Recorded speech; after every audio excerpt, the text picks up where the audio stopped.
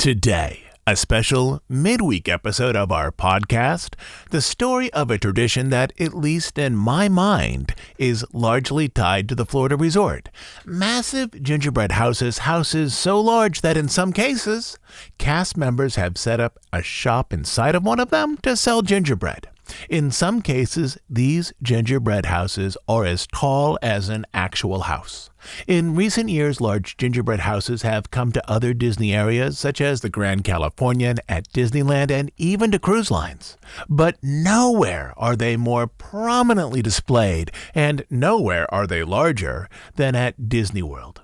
But in Orlando, Disney World didn't begin the tradition of uniquely designed gingerbread houses, or in some cases, gingerbread villages. This trend started at other Orlando hotels, ones that weren't owned directly by Disney. But then a few Disney pastry chefs believed that they could outdo creations at other hotels with their own gingerbread constructions. Creations that in some cases took many weeks to bake, shingle by shingle, and then to assemble them inside of the hotel. Today we have the story of how those unique and in some cases, massive gingerbread creations arrived at the resort. This is a story that I first posted a few years ago. It was a lovely episode to research and put together. Some of the information came from interviews I had with two chefs who, a few decades ago, spearheaded this effort that ultimately turned into a resort-wide tradition. I should point out that as this episode was recorded a few years back, there are a couple of details that have fallen away from the resort. First, the Grand Floridian sadly no longer has its fabulous society orchestra that for years performed in the lobby, and second, the gingerbread cabin at the Wilderness Lodge never returned after the pandemic. Though I am sure that many resort regulars would love to see it there again. As you've probably figured out this December, I'm posting up some old seasonal favorites midweek, while new episodes appear as always on Sunday, and in this way, I'm trying to keep the good feelings of the holiday season moving forward. And so, if you're ready, here's the story of some of the largest gingerbread creations in the world, a tradition that the Florida resort developed and still mostly claims as its own.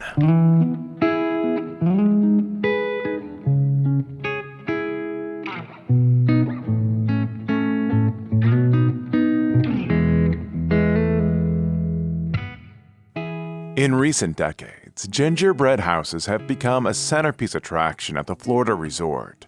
Massive baked creations comprised of thousands of pieces of gingerbread, gallons of icing, and endless candy decorations.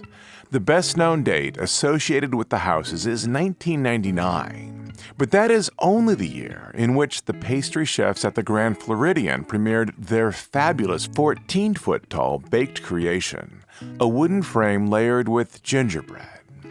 For those West Coasters listening to this podcast, you need to put your mind around this. The Grand Californian at the Disneyland Resort presents a gingerbread recreation of its own hotel. In local papers, it's been described as massive and huge, but at 7.5 feet tall, it's only half the height of the one at the Grand Floridian, which is 14 feet tall. Beyond this, the one in California is only a decorative display, a lovely one at that.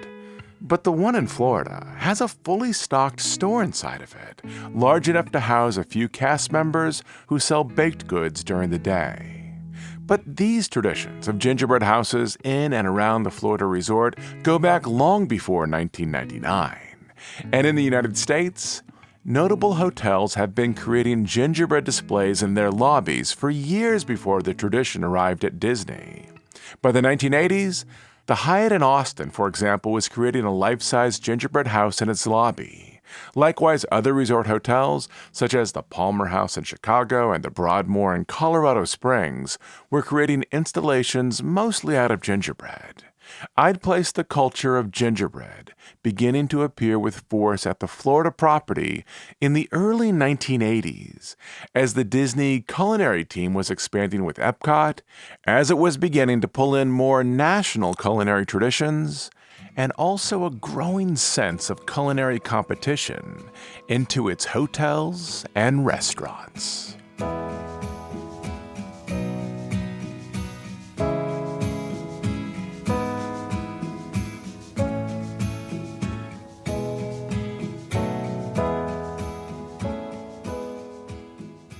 In the Disney Resort area, the first large display of gingerbread houses was presented in the early 1980s at the Buena Vista Palace Hotel, which was part of the Disney World complex at Lake Buena Vista.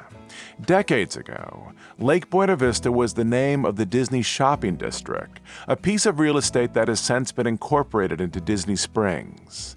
In 1984, under the direction of pastry chef Joe D'Adavio and executive chef Ken Clapp, the hotel put together a gingerbread village with dozens of tabletop-sized gingerbread houses in their lobby, with an eye toward raising money for local charities to provide gifts for children in need. In 1984, the display, with 42 individual gingerbread structures, all dusted with a sugary snow, was described as, quote, the world's largest gingerbread village. To create this village, the team of chefs drew up a blueprint of the display, which included 8-foot mountains, fire hydrants along the street, and stained glass windows made of gelatin. The display overall weighed 2 tons, with 1 ton directly accounted for in cake flour. It also used 3,400 eggs and 430 gallons of marshmallow icing. The effort took 40 cooks 2 weeks to mix and bake. Quote, we constantly had people baking gingerbread morning, noon, and night, explained Chef D'Adavio. We always seemed to have gingerbread going in and out of the oven. By the following year, Disney was contributing more directly to this effort by sending characters such as Goofy in a Santa suit over to the hotel to help promote their gingerbread efforts. In 1985, the hotel expanded their display to feature 93 gingerbread structures. They also submitted their display to the Guinness Book of World Records, which again brought national attention to the hotel. In 1989, to the tabletop displays, they added, quote, a giant gingerbread house with snowmen and reindeer. And with the success of the Pastry Village, inventive gingerbread displays began to show up at other Orlando area hotels. The Peabody Orlando presented, quote, an 8-foot European-style gingerbread village. The Sheraton on International Drive offered, quote, a gingerbread mansion with a candy cane fence and icing snowdrifts. Gingerbread displays also began to show up at the Disney parks and elsewhere at the resort. By the end of the 1980s, chefs at the Liberty Tree Tavern at the Magic Kingdom were creating a New England village out of gingerbread, complete with a miniature train chefing around it. In 1989, the Contemporary presented a gingerbread village with the backdrop of a 10-foot castle. In 1991, the Swan and Dolphin hotels created displays of tabletop gingerbread houses presented in their lobbies. The following year, pastry chefs from 20 Disney World restaurants each made a tabletop gingerbread house centered on a 3-foot square base for a charity event benefiting students at Dr. Phillips High School in Orlando. And the year after that, pastry chefs from across the Disney World property created tabletop gingerbread houses for a large display at the Lake Buena Vista Village Marketplace.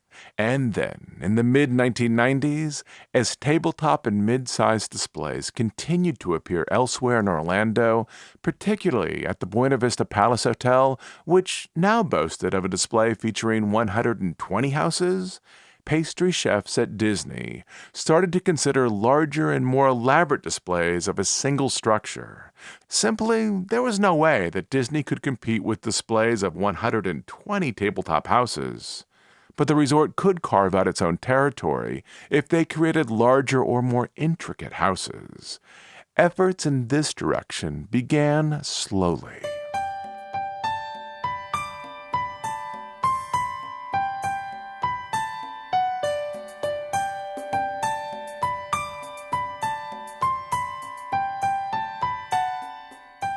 By 1995, Disney presented 3 displays of gingerbread in hotel lobbies at their resort. The first 2 were traditional tabletop displays of gingerbread villages. At the Wilderness Lodge, pastry chefs created, quote, an 1800s Pennsylvania Dutch-style country gingerbread village complete with a real waterfall, skating pond, and a train with moving parts.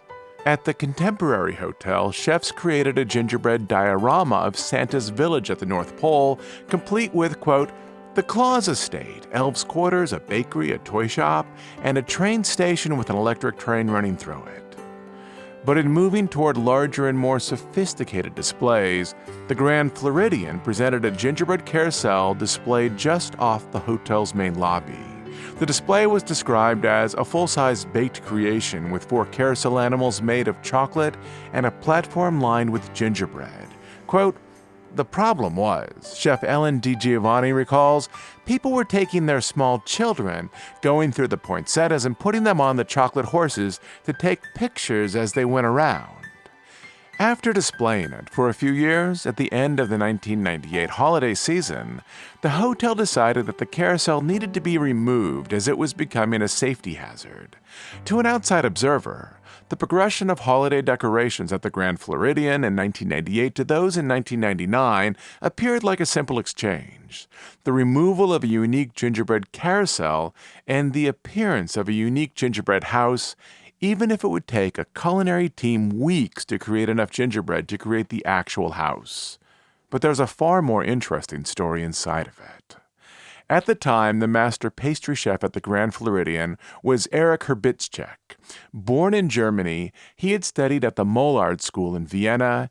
After an apprenticeship, he started a lengthy career focused in luxury hotels. He worked at the Grove Park Inn in Asheville, then briefly for the Norwegian-American cruise ship line, then settled into a career at Hilton International Hotels. During his time with Hilton, he created a number of spectacular confectionery and baked creations. In New York, for a Russian cultural festival, he produced a confectionery replica of St. Basil's Cathedral, complete with its colorful onion domes, which was displayed in the lobby of the Vista Hotel. Quote, I created a lot of those things when I worked in Asia and New York, he said. At Christmas, for a number of these hotels, he created display-sized gingerbread houses. The recipe and the designs were inspired by the gingerbread houses he had seen in Austria as a boy. He arrived in Florida in the mid-1990s, just as the Disney efforts were moving towards larger gingerbread installations, something that would be unique, especially when compared to other gingerbread villages recently presented in the Orlando area. In 1998, the culinary team at Epcot, along with engineering services, assembled an 8-foot A-frame gingerbread house, scrolled with icing in the lobby of the American Adventure. Quote, it was, the company announced, the largest ever built by the Walt Disney Resort. And then, in the months that followed, Chef Eric thought he could make something grander, with structural materials that could be reused from year to year. Quote, we just wanted to create something bigger, Chef Eric said. Obviously at Disney, we had the resources. Compared to those he made for Hilton International, he explained, the gingerbread house for the Grand Floridian was, quote, the biggest thing I ever made. Others would eventually refer to it as his masterpiece. From his plans, John Rowland and other carpenters at the resort created a wooden understructure for a 14-foot tall gingerbread house, a structure that, when ornamented with gingerbread and other goodies, would reach nearly 16 feet in height. That fall, for months, Chef Eric and his team baked gingerbread to create the over 5,000 shingles and strips of siding that would be necessary to cover the structure. Quote, classic European gingerbread, he explained, never gets completely dry, doesn't crack or anything. In November, a shop team assembled the wooden understructure. Then Chef Eric and the team from the bakery began applying the gingerbread, with each chef working on his or her own wall of the house. Chef Ellen DiGiovanni remembers, quote, we sprayed the gingerbread with an apricot glaze. We glued it on with royal icing. For the upper portions, they simply used ladders to reach the walls and even the peak of the 14-foot-high roof. Shortly after the house was finished, outside the hotel, a storm was building which raised the humidity inside the hotel as well. Quote, "After we were done, it started raining," Chef Ellen explained. "The house didn't dry properly. The walls started sliding." Those cities where in previous years Chef Eric had built his gingerbread houses were cooler and less humid than Florida. The problem was simple. The layer connecting the glaze to the icing remained moist and didn't dry into a strong seal. The house was larger and heavier than anything Chef Eric had previously built. Quote, "We just scraped the apricot off," Chef Ellen explained, "and added more royal icing and hoped and prayed, and we came out several times to fix it." Despite the problems, the reaction of guests to the massive gingerbread house was overwhelmingly positive. Quote, "The people were excited about it," Chef Eric said, "especially the guest comments you get. It was absolutely amazing." Once the season was over, with the gingerbread house taken down, Chef Eric knew that he needed to somehow improve the process for the Florida environment. Quote, "So Chef says, we used chocolate on the little gingerbread houses. Let's try it on the big house and see if it works." The following year, the process included two more important changes. Each piece of gingerbread was dipped into Belgian chocolate, which created a stronger adhesive surface to connect the bread to the house using royal icing. And the bakery team dispensed with the ladders. Instead, they brought in construction scaffolding, which was erected around the gingerbread structure, as that would create more stable work platforms around the upper portions of the house. To skip up to the present year, the bakery team at the Grand Floridian now has it down to an art. Starting in July, pastry chefs begin to bake the gingerbread that will become the thousands of shingles and lines of siding that cover the house. In mid-November, an installation team sets up the wooden understructure at one end of the Grand Floridian's lobby. Quote, "There's a team in the bake shop," Chef Ellen offers. "There's 40 of us, and there were 12 to 15 of us at a time out here in the lobby from 10:30 in the morning to 6:30 at night." To start, the bakers each take a wall, just as they did that first year. And as they move higher, they bring in scaffolding. Now they also bring in a small construction crane to finish off the roof. Years ago, at the end of the season, the gingerbread was washed off the house and left in the wilderness areas to decompose, but workers were repeatedly stung by bees interested in the sugar. After coordinating with animal experts, they revised their plans to benefit the local bee populations. Quote, "Now we take it over to Disney's Animal Kingdom," Chef Ellen explains, "where they will hose it off and feed it to the bees for the winter." The gingerbread house is usually open from mid-November through New Year's. In its early years, it was built toward the side of the open lobby, but now it is front and center, right behind the hotel's tall tree. The back of the gingerbread house opens to a baked goods store large enough for 3 or 4 cast members and even a separate storeroom. The shop sells edible shingles and other treats, as well as finished tabletop gingerbread houses that guests can take home. In years past, Chef Eric explained that his crew had trouble creating enough tabletop houses, and in later years they planned to have, quote, 1,500 to 2,000 houses ready to go when the shop opened each year. The European elegance blends well with the Victorian designs at the lobby. If you visit in the late afternoon, you'll find elsewhere in the hotel the Grand Floridian Society Orchestra, easing out holiday songs in the style of Depression-era jazz. Once the gingerbread house appeared, an executive saw the strong guest reaction.